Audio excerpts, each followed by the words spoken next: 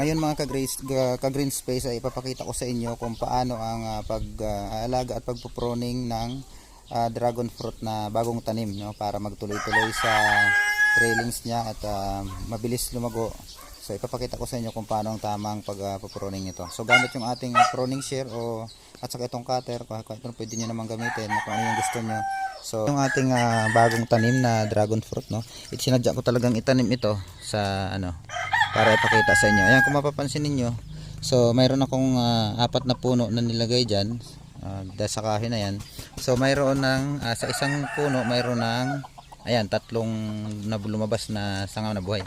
So pipiliin lang natin diyan yung isa na malusog at yun ang ating iiwan, no? Isa lang sa isang puno, dapat mayroon lang isa na magtuloy-tuloy. So babasin natin itong isa. Ayan. So medyo mas maganda kung pruning shear yung gagamitin ninyo. So tanggalin na din natin ito. Ayan, yung tinali natin noon. So wala na yan. Tapos itong isang natira, so yan na yung magtutuloy-tuloy dyan. So ganun din dito sa kabila.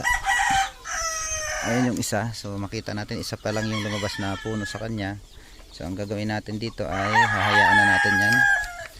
Tapos dito sa kabila, ito. Okay, dito naman, so may isa lang din na lumabas. Ayan o, isa. At saka isa din doon. Sa kabila, isa lang din. So, okay na yung ganyan. Okay, dito naman tayo sa kabila na to. Mayroon tayong nilagay na 3. So, yung isa ay isa lang din ang lumabas. At saka dito, mayroon 2. So, pipiliin lang natin ang isa dyan. Yung dikit sa puno na yung iiwanan natin. At saka babawasin na natin yung isa. Ayan, para siya nang magtuloy-tuloy. So, ganun din sa kabila, isa na lang. So, ang maganda niyan, lalagyan mo ulit ng tali para dumikit siya dito sa gapangan niya.